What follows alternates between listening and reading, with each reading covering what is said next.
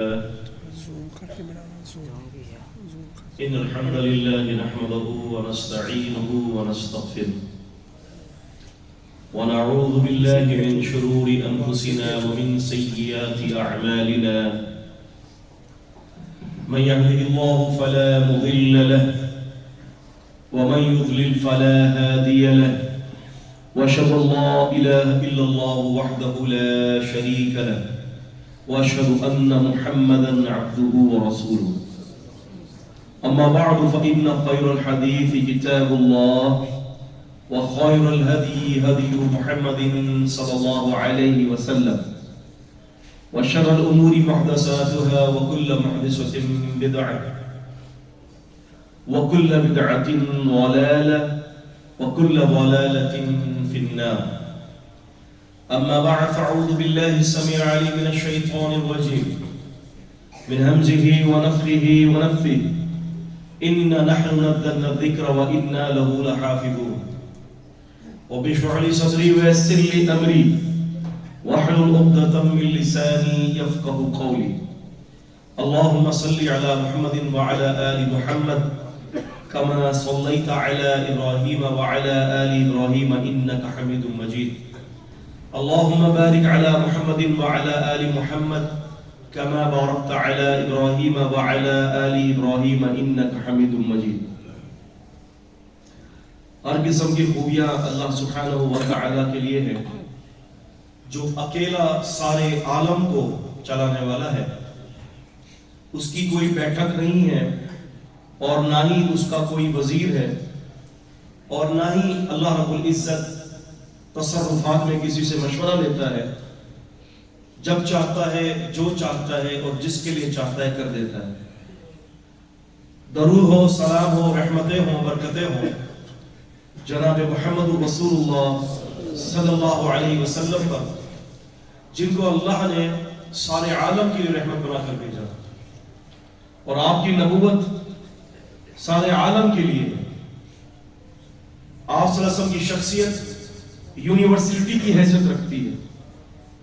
درود، سلام، رحمتیں ہوں، برکتیں ہوں جناب رسول اللہ صلی اللہ علیہ وسلم پر، بلکہ اللہ تعالیٰ کے تمام نبیوں پر اللہ تعالیٰ کی رحمتیں ہوں، برکتیں ہوں اور اللہ تعالیٰ رحم فرمائے ہر اپنے نیک بندوں اور ہر اپنی نیک بندیوں پر. سورہ حجر سورہ نمبر 15 کی آیت نمبر 9 مختصر سی آیت ہے لیکن مکمل کتاب و سنت کا دار و مدار اس کی حفاظت کا اس آیت کے ساتھ ملحق ہے.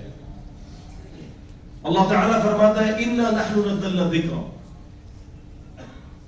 ہم نے اتارا ہے ذکر کو اور اس کی حفاظت کی ذمہ داری بھی ہمارے اوپر ہے. وَإِنَّا لَهُ لَحَافِظُونَ، اور اس کی حفاظت، اس کو مثبت رکھنا، اس کو تمام فساد سے بچا کر رکھنا، اللہ تعالیٰ فرماتا ہے یہ میری ذمہ داری. اکثر لوگ اس آیت کے تحت یہ سمجھتے ہیں، بلکہ ہمارے ناقص علم کے مطابق 90% ترجموں میں قرآن مجید کے اور تقریباً 80% تفاسیر کے اندر اس آیت کے تحت یہی لکھا جاتا ہے کہ ہم نے قرآن کی حفاظت کی اور اس کی حفاظت ہمارے ذمہ ہے، ہم ہی نے قرآن کو نازل کیا ہے. جس کی وجہ سے عوام کے ذہن اس بات پر آمادہ ہو گئے کہ حفاظت اللہ تعالیٰ کی طرف سے صرف قرآن کی ہے، جبکہ آیت کا مفہوم اس بات کی طرف توجہ دلاتا ہے کہ اللہ تعالیٰ نے قطعاً صرف قرآن مجید کی حفاظت کی ذمہ داری نہیں لی، قطعاً، بلکہ اللہ رب العزت والجلال نے مکمل دین اسلام کی حفاظت کی ذمہ داری لی ہے. اور دین اسلام کا دار و مدار وہ صرف قرآن مجید پر نہیں ہے، بلکہ دین اسلام کا دار و مدار قرآن اور حدیث دونوں پر ہے۔ یہ دونوں ایک دوسرے کے ساتھ لازم اور ملزوم، کمپلیمنٹری ہیں ایک دوسرے کے ساتھ۔ ایک کو مانتے ہیں تو خود بخود دوسرے کو بھی ماننا پڑے گا، ایک کو انکار کرتے ہیں تو خود بخود دوسرے کا انکار بھی لازم آئے گا، کیونکہ اللہ رب العزت والجلال نے قرآن مجید سورہ بقرہ سورہ نمبر 2 کے اندر آیت نمبر 131 میں، سورہ بقرہ سورہ نمبر 2 کی آیت نمبر 252 کے اندر، اور سورہ نساء سورہ نمبر 4 کی آیت نمبر 129 میں، اور سورہ آل عمران سورہ نمبر 3 کی 164 میں، اور سورہ جمعہ سورہ نمبر 62 کی آیت نمبر 2 میں اللہ تعالیٰ نے یہ فرمایا یعلمہم الکتاب والحکمہ، کہ رسول اللہ صلی اللہ علیہ وسلم نے کتاب اور حکمت دونوں کی تعلیم دی ہے۔ علامہ یعلم سکھانا فعل ہے، رسول صلی اللہ علیہ وسلم فاعل ہے، کتاب اور حکمت یہ مفعول ہے۔ تو رسول اللہ صلی اللہ علیہ وسلم نے کتاب اور حکمت دونوں سکھائی۔ کتاب کیا ہے؟ قرآن مجید۔ حکمت کیا ہے؟ قرآن مجید کی تفسیر، قرآن مجید کا پریکٹیکل۔ قرآن مجید نے بہت سارے ایسے احکامات دیے۔ علامہ جساس کی تحقیق کے مطابق قرآن مجید میں اپروکسیمیٹلی 500 سے زیادہ قوانین موجود ہیں، اور ان 500 کے قوانین کے لیے رسول اللہ صلی اللہ علیہ وسلم کی تعلیمات، آپ کی احادیث، آپ کے فرمان، آپ کی قولی فعلی تقریری حدیث، آپ کی سیرت کا ہونا انتہائی ضروری ہے۔ اور اسی چیز کو اللہ رب العزت نے قرآن مجید میں الحکمہ کہا ہے کہ نبی پاک صلی اللہ علیہ وسلم کی زندگی حکمت ہے۔ اب مسئلہ یہ رہا کہ کیا واقعتاً ایسا ہے کہ اللہ رب العزت نے قرآن اور حدیث دونوں کی حفاظت کی ذمہ داری لی ہے؟ تو جی، حقیقت کے اندر ایسا ہی ہے۔ اس کی وجہ یہ ہے کہ اللہ پاک نے قرآن مجید میں تقریباً 40 مقامات پر رسول اللہ صلی اللہ علیہ وسلم کی حدیث اور آپ کی سنت کو جو ہے لازم اور ملزوم قرار دیا ہے۔ آپ دیکھیں چھوٹی سی ایک مثال، لفظ صلاۃ، نماز قائم کرنا، اس کی حیت کیا ہے، اس کی پوزیشن کیا ہے، اس کو کیسے ادا کرنا ہے، قیام اس کی صورت کیا ہے، رکوع اور سجود کی صورت کیا ہے، یہ ساری ڈیٹیل اللہ کے رسول صلی اللہ علیہ وسلم ہمیں بتاتے ہیں۔ سورہ احزاب سورہ نمبر 33 اور آیت نمبر 21 ہے، اللہ تعالیٰ فرماتا ہے لَقَدْ كَانَ لَكُمْ فِي رَسُولِ اللَّهِ أُسْوَةٌ حَسَنَةٌ، یقیناً تمہارے لیے رسول اللہ صلی اللہ علیہ وسلم کی زندگی میں بہترین نمونہ ہے۔ اب قرآن مجید اللہ نے نازل کیا، اب اس پر عمل کیسے کرنا ہے؟ اللہ تعالیٰ فرماتے ہیں سورہ مائدہ میں سورہ نمبر 5 کی آیت نمبر جو ہے وہ 38 کے اندر اللہ تعالیٰ کہتے ہیں کہ السارق والسارقہ، چور اور چورنی، ان دونوں کے ہاتھوں کو کاٹ دو۔ اب ہاتھ کہاں سے کاٹے جائے؟ کیا ہاتھوں کو کلائی سے کاٹا جائے، ہاتھوں کو کوہنی سے کاٹا جائے، کہ ہاتھوں کو کندھے تک کاٹا جائے، کتنی رقم پر ہاتھ کٹیں گے؟ یہ ساری تفصیل اللہ رب العزت نے قرآن مجید میں نہیں بتائی۔ اس کے لیے ہمیں اللہ کے رسول صلی اللہ علیہ وسلم کی طرف جانا ہوگا۔ یہی وجہ ہے کہ جیسے آج ہمارے سامنے یہ قرآن اللہ کی کتاب محفوظ ہے، آج آپ دیکھیں کہ اللہ کے رسول صلی اللہ علیہ وسلم کی احادیث بھی ہمارے سامنے 1400 سال کے بعد بھی ایسے ہی محفوظ ہے۔ میں اس کی آپ کے سامنے ایک مثال دیتا ہوں، اور یہ مثال انشاءاللہ تعالی آپ کو میری بات انڈرسٹینڈ کرنے میں، سمجھنے میں اور لوگوں کو سمجھانے کے لیے آپ کو بہت زیادہ انشاءاللہ تعالی یہ مثبت ثابت ہوگی، مددگار ثابت ہوگی۔ رسول اللہ صلی اللہ علیہ وسلم کے دور میں قرآن اور حدیث کی حفاظت کے جو اہتمام تھے وہ 3 طریقوں سے تھے۔ نبی کریم صلی اللہ علیہ وسلم کے دور میں قرآن اور سنت کی حفاظت کے جو طریقے تھے وہ 3 طریقوں سے تھے. نمبر 1، صحابہ اکرام جو کتاب النبی صلی اللہ علیہ وسلم تھے، نبی علیہ السلام کے کاتبین تھے. 61 کے قریب نبی علیہ السلام کے وہ صحابہ جو آپ صلی اللہ علیہ وسلم کی ہر بات کو، ہر وحی کو، چاہے وہ قرآنی ہو یا چاہے وہ حدیثی ہو، اس کو قلم بند کر لیا کرتے تھے، اس کو لکھا کرتے تھے. ایک حفاظت کا طریقہ یہ کہ آپ صلی اللہ علیہ وسلم کے ایک ایک طریقے کو، آپ صلی اللہ علیہ وسلم کے ایک ایک قول اور فعل کو صحابہ نے قلم بند کر لیا. ان کو باقاعدہ ڈاکیومنٹس اس کے بنائے، باقاعدہ اس پر لکھ کر ان مینواسکرپٹس کو محفوظ کیا گیا.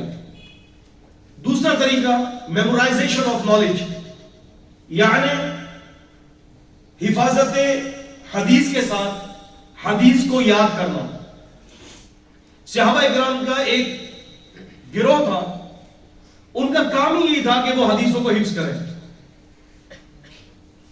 اللہ کے رسول نے کوئی بات زبان مبارک سے اپنی جو ہے وہ نکالی، صحابہ اکرام نے اس کو سنا اور سننے کے بعد اس کو حفظ کر لیا.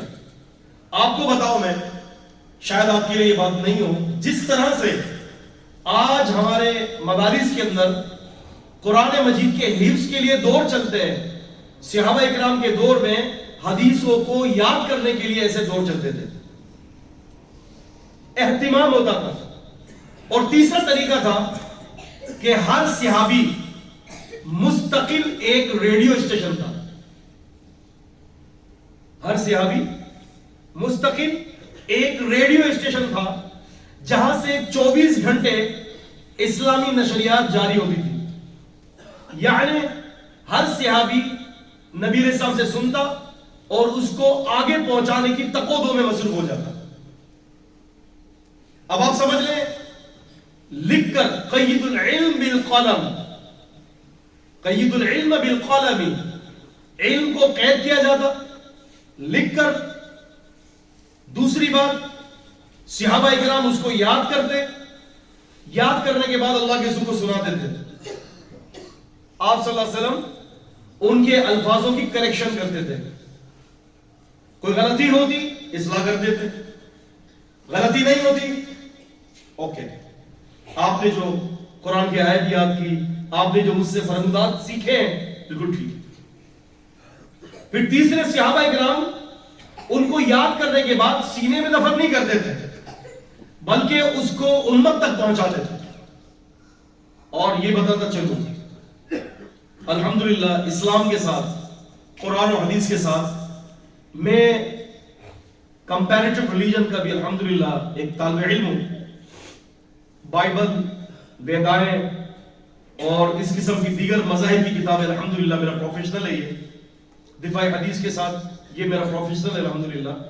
دنیا کے اندر کوئی کتاب، دنیا کی کوئی کتاب، آپ اس بات کو، اس جملے کو لکھ لیں، قرآن مجید تو قرآن مجید رسول اللہ صلی اللہ علیہ وسلم کی کسی حدیث کی صحت کا مقابلہ بھی نہیں کر سکتی. اس کے لیے باقاعدہ الحمدللہ میری ایک کتاب ہے، صحیح بخاری اور بائبل ایک تقابلی تجزیہ، کمپیریٹو اسٹڈی. الحمدللہ اس کتاب کو ہندوستان نے بھی باقاعدہ شائع کیا ہے اہتمام کے ساتھ. تو بس میں علالت کی وجہ سے لا نہیں سکا، ورنہ ارادہ تھا کہ یہاں پر اسٹال لگایا جاتا ہماری کتابوں کا. انشاءاللہ اگر کسی کو درکار ہو تو جمعے کے بعد مجھ سے رابطہ کر سکتے ہیں. تو عزیزان قدر، نبی کریم صلی اللہ علیہ وسلم کے ان حافظوں میں سے ایک حافظ صحابی، جس کو کہا جاتا ہے کہ اس امت کا سب سے پہلا اور سب سے بڑا محدث سیدنا ابو ہریرہ رضی اللہ تعالیٰ عنہ. کون؟ سیدنا ابو ہریرہ رضی اللہ عنہ. آپ 7 ہجری میں مسلمان ہوئے، آپ 7 ہجری میں مسلمان ہوئے اور تقریباً 3-3.25 سال کا عرصہ رسول اللہ صلی اللہ علیہ وسلم کے پاس آپ نے گزارا. اور اس وقت کے اندر 3 سال کے عرصے میں آپ نے 5374 احادیث کو رسول اللہ صلی اللہ علیہ وسلم سے حفظ کیا. 5374 74. اور آپ سے جو نیریٹرز جو روایات کرتے ہیں ان کی تعداد بقول عبد الرحمن مبارک پوری کے تقریباً 800 راویوں کی بنتی ہے. 800 راویوں نے سیدنا ابو ہریرہ رضی اللہ تعالیٰ عنہ سے حدیث کو روایت کیا.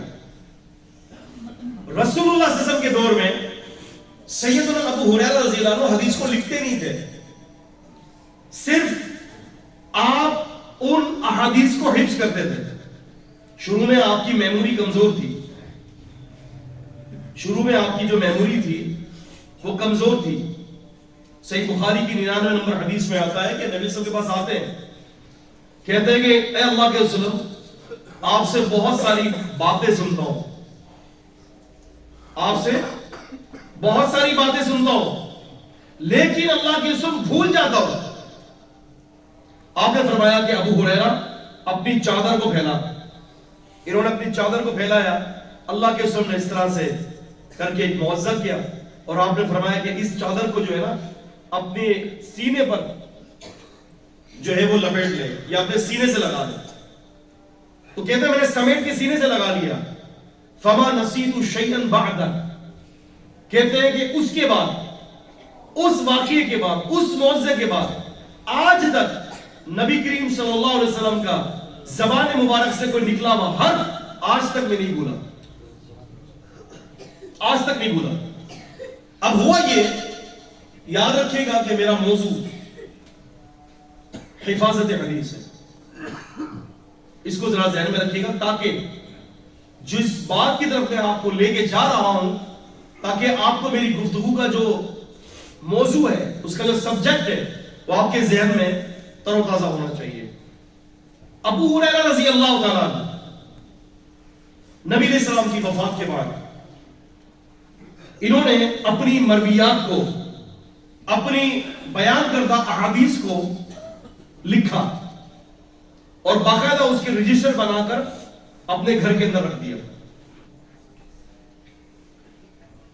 50 سے 58 ہجری کے درمیان ان کے ایک شاگرد تھے حمام بن منبی رحمت اللہ علیہ, جو کہ صحیح بخاری کے, امام بخاری کی صحیح کے مرکزی راویوں میں سے ایک راوی ہے. انہوں نے کیا کیا, اب یہاں تھوڑا سا آپ کو بات سمجھنا ہے, وقت ہمارے پاس قلیل ہے, لیکن اگر آپ میری بات کو سمجھ لیں گے تو انشاءاللہ تعالیٰ بہت فائدہ ہوگا. میں کوشش کر رہا ہوں کہ عام سادہ اردو میں بات کروں. انہوں نے 50 سے 58 ہجری کے درمیان اپنے شاگرد حمام بن منبی رحمت اللہ علیہ کو تقریباً 140 کے قریب احادیث لکھوا دی. اب لازمی سی بات ہے کہ 140 حدیثیں ہیں تو اس میں سے ساری تو ایسا نہیں ہے نا کہ 2 لائنوں کی حدیثیں ہوگی. بس اوقات تو حدیثیں اتنی بڑی بھی ہوتی ہیں کہ 5 6 7 صفحوں پر بھی محیط ہوتی ہیں. لکھوا دی. اب وہ احادیث لکھوائی. اتفاق کی بات یہ ہوئی کہ حمام بن منبی نے جو ابو ہریرہ رضی اللہ عنہ سے 50 سے 58 ہجری کے درمیان جو لکھا تھا کلمی نسخہ, اس کو ہم انگریزی میں کہتے ہیں مینوسکرپٹ, وہ گم ہو گیا. وہ کیا ہو گیا؟ گم ہو گیا. لیکن چونکہ عرب لوگوں کے حافظے غیر معمولی ہوا کرتے تھے تو انہوں نے کیا کیا کہ جو لکھا تھا وہ ان کو لکھتے وقت یاد ہو گیا, اور انہوں نے ان احادیث کو اپنے شاگرد حمام بن منبی نے اپنے شاگرد ابو عروہ معمر بن راشد رحمت اللہ علیہ کو یاد کروا دی. اب سند کے اندر 3 آدمی ہو گئے, 3 شخص ہو گئے. نمبر 1 جناب رسول اللہ صلی اللہ علیہ وسلم سے سیدنا ابو ہریرہ نے حدیث یاد کی, اور ابو ہریرہ رضی اللہ تعالیٰ عنہ سے حمام بن منبی نے. یہ 3 اب چوتھے ابو عروہ معمر بن راشد رحمت اللہ علیہ، یہ چار ہو گئے۔ ابو عروہ معمر بن راشد رحمت اللہ علیہ نے ان احادیث کو یاد کرنے کے بعد اپنے شاگرد امام عبد الرزاق یمنی رحمت اللہ علیہ، جو المصنف کے جو رائٹر ہیں، مصنف عبد الرزاق جنہوں نے لکھی ہے حدیث کی بہت ضخیم کتاب ہے یہ، تو انہوں نے ان احادیث کو ان تک پہنچائی، اور امام عبد الرزاق نے حدیث یاد کرنے کے بعد اپنے شاگرد امام اہل سنہ امام احمد بن حنبل رحمت اللہ علیہ کو یہ حدیثیں پہنچائیں، اور یہ حدیثیں اب 50 سے 58 ہجری سے چلتے چلتے 316 یا 317 ہجری تک امام احمد بن حنبل تک پہنچی۔ امام احمد بن حنبل نے کیا کیا؟ ان حدیث کو صرف یاد نہیں رکھا، بلکہ ان کو مسند امام احمد بن حنبل کے اندر درج کیا۔ 5118 سے ان احادیث کو لکھنا شروع کیا اور آگے تک لے کے جاتے ہیں۔ اب ہوا یہ کہ یہ تو آپ سمجھ گئے کہ نبی علیہ الصلوۃ والسلام کے دور میں نبی علیہ السلام سے ابو ہریرہ نے یاد کیا، یاد کرنے کے بعد اپنے شاگرد حمام منبی کو یاد کروایا، حمام منبی نے ان احادیث کو ابو عروہ معمر بن راشد کو یاد کروایا، ابو عروہ معمر بن راشد نے ان احادیث کو یاد کرنے کے بعد امام عبد الرزاق کو یاد کروایا، امام عبد الرزاق نے یاد کرنے کے بعد امام احمد بن حنبل کو ان احادیث کو یاد کروایا، اور انہوں نے مسند امام احمد بن حنبل لکھی۔ آج ٹوڈے اگر آپ کے یہاں لائبریری ہو اور لائبریری میں مسند احمد کی کتاب حدیث کی موجود ہو جس کے اندر 30,000 حدیث ہیں، کتنی؟ انسائکلوپیڈیا آف حدیث، انسائکلوپیڈیا ہے یہ۔ مسانید میں سب سے بڑی مسند امام احمد بن حنبل رحمۃ اللہ علیہ کی ہے، 30 جلدوں پر، 42 جلدوں پر 30,000 حدیث ہیں، 42 جلدیں، 42 والیومز۔ آج آپ دیکھ لیں کہ آپ کو حمام منبی کی بطریق جو یہ روایتیں ہیں آج بھی آپ کو مسند احمد میں ملیں گی، لیکن نکتے کی بات، پوائنٹ ٹو بی نوٹڈ، جو نکتے کی بات ہے وہ کیا ہے؟ 1900 عیسوی کی ابتدا میں، تقریباً کوئی یہ بات ہے آپ کی ابتدا نہیں بلکہ ہم اوسط اس کو کہیں گے درمیانی حصے میں، کوئی 70 سے 80 کے مابین، 1970 یا 1980 کے درمیان، ڈاکٹر حمید اللہ ایک عرصے بھاولپور یونیورسٹی کے اندر بھی انہوں نے اپنی جو ہے ذمہ داریاں سر انجام دی۔ ڈاکٹر حمید اللہ ان کی ساری ریسرچ نبی کریم صلی اللہ علیہ وسلم کے خطوط پر ہے۔ کس پر ہے؟ نبی علیہ السلام نے دنیا بھر بڑے بڑے سرداروں کو، بڑے بڑے بادشاہوں کو 104 خطوط لکھے ہیں۔ کتنے؟ 104۔ سوال یہ ہے کہ کیوں لکھے؟ اس لیے کہ دین اسلام زونل وائز یا ایریا وائز نہیں ہے، دین اسلام ایک یونیورسل دین ہے۔ کیا ہے وہ؟ عالمی دین ہے۔ تو جب دین اسلام عالمی دین ہے تو اس کے عالم کے اندر اس کو ہر جگہ پر پہنچانا امت کی ذمہ داری ہے۔ اب ہوا یہ کہ ڈاکٹر حمید اللہ کہتے ہیں میں برلین کی لائبریری میں گیا اور وہاں پر اس لائبریری کے اندر میں وزٹ کر رہا تھا، دورہ کر رہا تھا، تو وہاں پر ایک ایسا کمرہ تھا کہ جہاں حدیثوں کے قلمی نسخے موجود تھے، حدیثوں کے قلمی نسخے موجود تھے۔ ڈاکٹر حمید اللہ کہتے ہیں کہ میں اس کو تلاش کر رہا تھا تو اچانک میری نظر ایک پرانے اولڈسٹ کلیکشن آف حدیث کا انتہائی پرانا نسخہ اس پر میری نگاہ پڑ گئی، اور پتہ ہے وہ کون سا تھا؟ وہ نسخہ جو حمام منبی سے گم ہو گیا تھا 50 سے 58 ہجری کے درمیان، وہ نسخہ ان کو برلین کی لائبریری کے اندر مل گیا. بات سمجھنے کی ہے. ٹائم پورا ہو رہا ہے, اگر آپ کہیں تو بات ختم کر دو, بولے تو بات پوری کرو. کیا خیال ہے؟ پوری کریں, پوری. جزاک اللہ, بہت شکریہ. اب ہوا یہ کہ انہوں نے اس کلمی نسخے کی فوٹو کاپی کروائی, اور آپ کو تو بھی میں نے بتایا کہ یہ کلمی نسخہ یہ وہی ہے جو حمام بن منبی نے اس کو حفظ کر کے آگے پہنچایا تھا. اور کون سی حدیثی کتاب کی زینت بنا؟ مسند احمد. ٹھیک ہے, مسند احمد. اب انہوں نے کہا کہ اللہ تعالیٰ تو کہتا ہے کہ ہم نے دین اتارا اور اس کی حفاظت کی ذمہ داری بھی ہمارے اوپر ہے. اب پتہ چلے گا کہ اللہ تعالیٰ نے حدیث کی حفاظت کی ذمہ داری لی ہے کہ نہیں, کیونکہ اصل نسخہ میرے پاس ہے کلمی, اور مسند احمد کے اندر یہی نسخے سے یاد کر کر کے 317 ہجری تک سینہ بہ سینہ چلتے چلتے مسند احمد کے اندر پہنچا ہے. اب اگر دیکھیں نا, دین کی حفاظت اگر اللہ کر رہا ہے, حدیث رسول کی حفاظت اللہ تعالیٰ کر رہا ہے, تو پھر 317 ہجری کے اندر پہنچا ہوا وہ نسخے کی حدیثیں یاد کر کے جو پہنچائی گئی ہیں, اس میں رد و بدل نہیں ہونا چاہیے. ایسے ہی رد و بدل نہیں ہونا چاہیے. میں نے کہا نا کہ میں بائبل کا اسٹوڈنٹ ہوں. بائبل ہر 50 سال کے اندر اس کے اندر تحریف ہوتی ہے, اسٹینڈرڈ ریوائزڈ ورژن دے دیتے ہیں.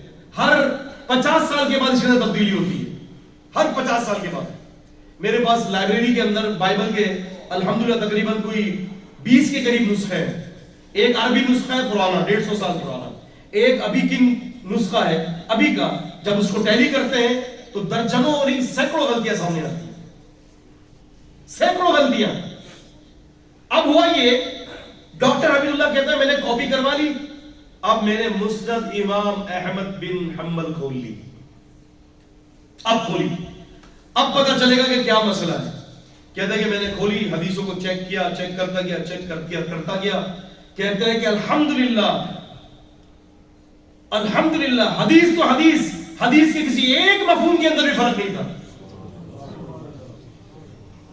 کہتا ہے کہ مان لیا اِنَّا نَحْنُ نَزَّلْنَا الذِّكْرَ وَإِنَّا لَهُ لَحَافِظُونَ, ہم نے اتارا ہے اس دین کو اور اس کی حفاظت کی ذمہ داری بھی ہمارے اوپر ہے. تو عزیزان قدر, دراصل بات یہ ہے, اب میں خلاصے کی طرف آ رہا ہوں, سمیٹ رہا ہوں اپنی بات کو. بات یہ ہے کہ بائبل اور دنیا کی جتنی بھی کتابیں ہیں بڑے بڑے مذاہب کی, وہ غیر محفوظ ہیں. یہ امتیاز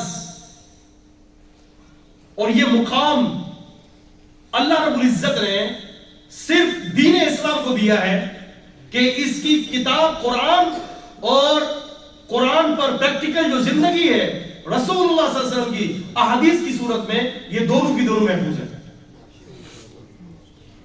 آپ صلی اللہ علیہ وسلم کی ہر بات کو اللہ نے محفوظ کیا ہے. بائبل کا اسٹڈی کرتے ہیں, Britannica encyclopaedia, according to Britannica encyclopaedia 70ویں والیوم کے اندر بائبل کی سرخی ہے.